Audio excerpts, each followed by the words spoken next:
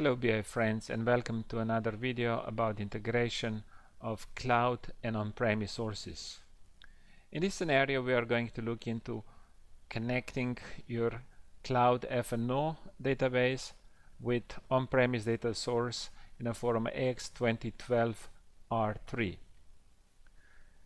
This is a schema of data transformation, and on the top there is an F&O where we have to install extension which provides export to the lake.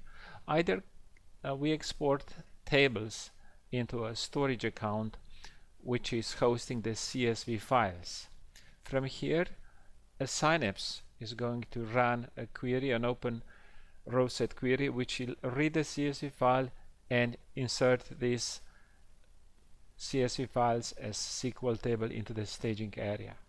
Now this process is fully automated, which means that creating a query to load the staging area and doing the transformation is done automatically. However, selecting a table which has to be exported as a time of the recording is still a manual process. Hopefully there will be an API that will allow selecting it programmatically.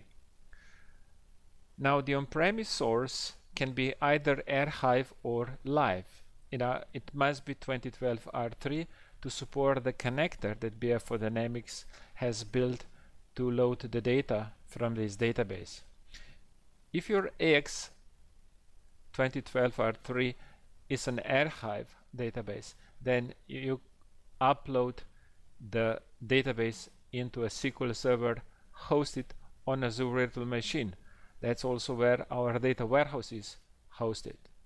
Now, if your AX database is still alive, then it probably is the best not to move AX server to the cloud, but to provide a fast upload connection so the data can be updated in a proper manner, which means fast. In every case, we are loading the data incrementally so that we only upload the delta.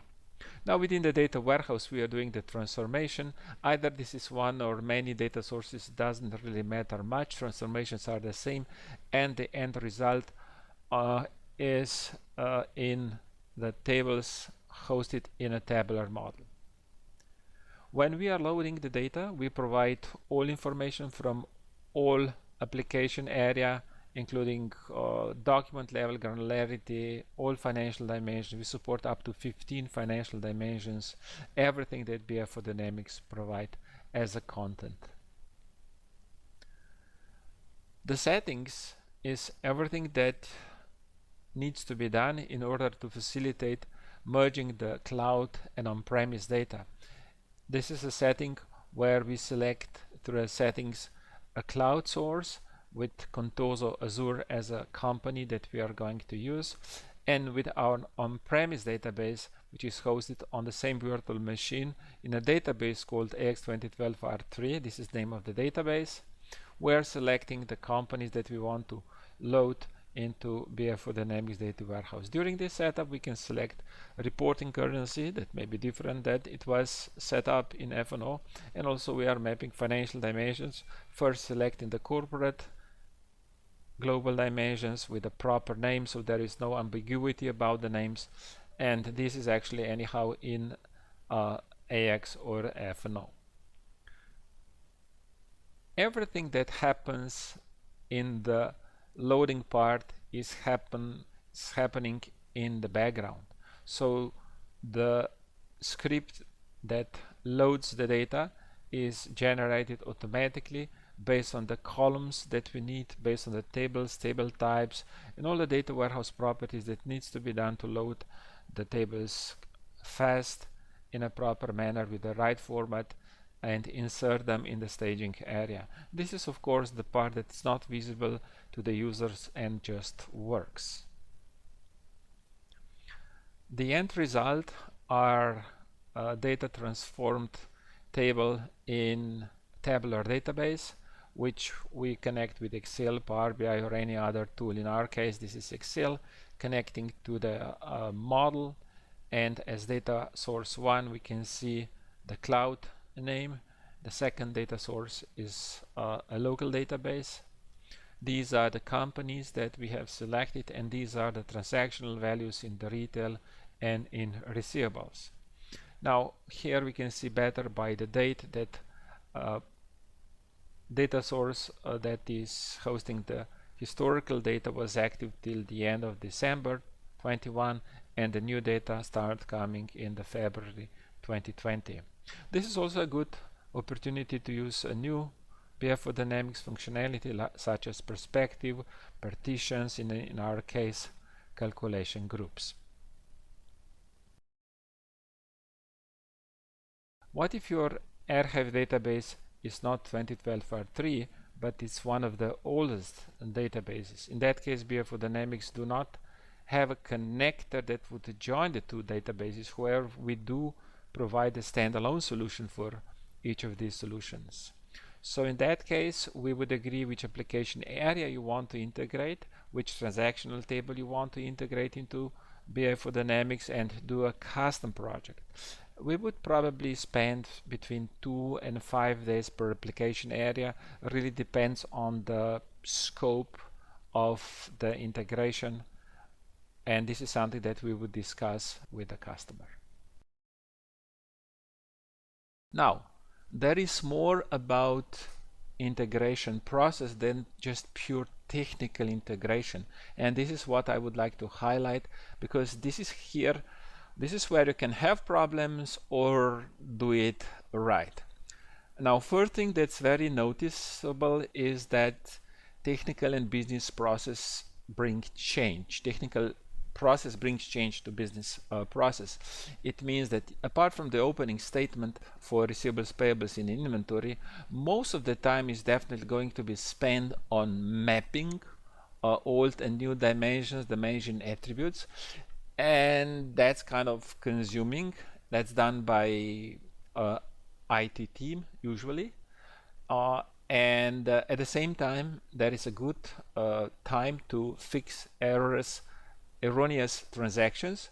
It is a good time to fix erroneous transactions because you may have like quantities in trillions, and then you also reverse it, but not in the same day or in the same period, so the averages will go extremes, and the charts will not be as informative as it would be.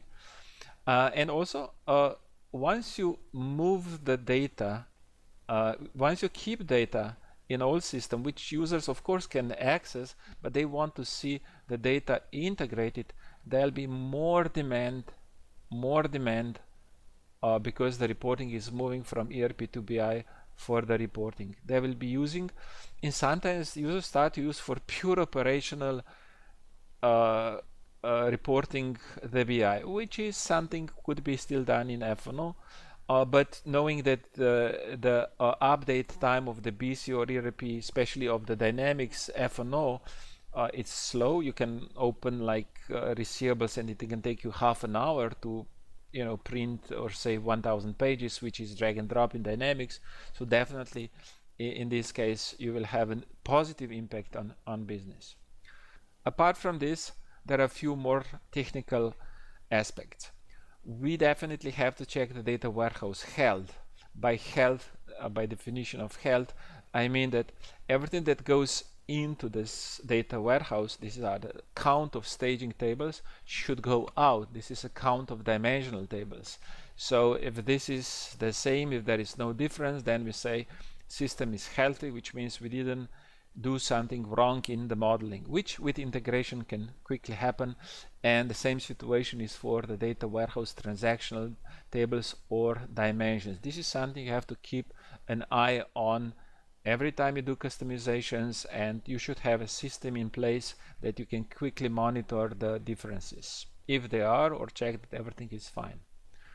Another aspect is you have to monitor processing time. In our case, in BFO Dynamics, we are measuring loading stage, creating indexes, data warehouse dimension, and data warehouse fact processing.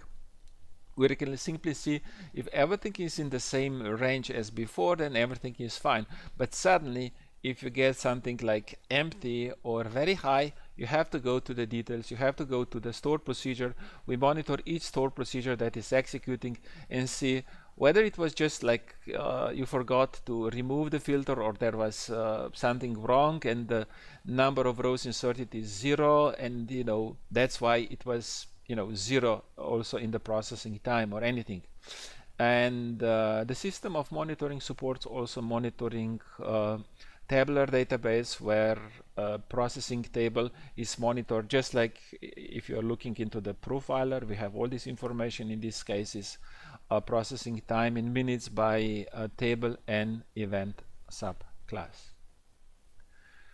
At every point, it's really nice to have the documentation, and BFO Dynamics will create the documentation for you just with one click. So you can see this is 100 pages. We can see what is the source and the settings, and one, for example, sales analysis. It gives you the information about the structures of the object measure group, dimensions, how this is built, and going to the details about all the definition of either measures, dimensions, T-SQL, DEX, anything.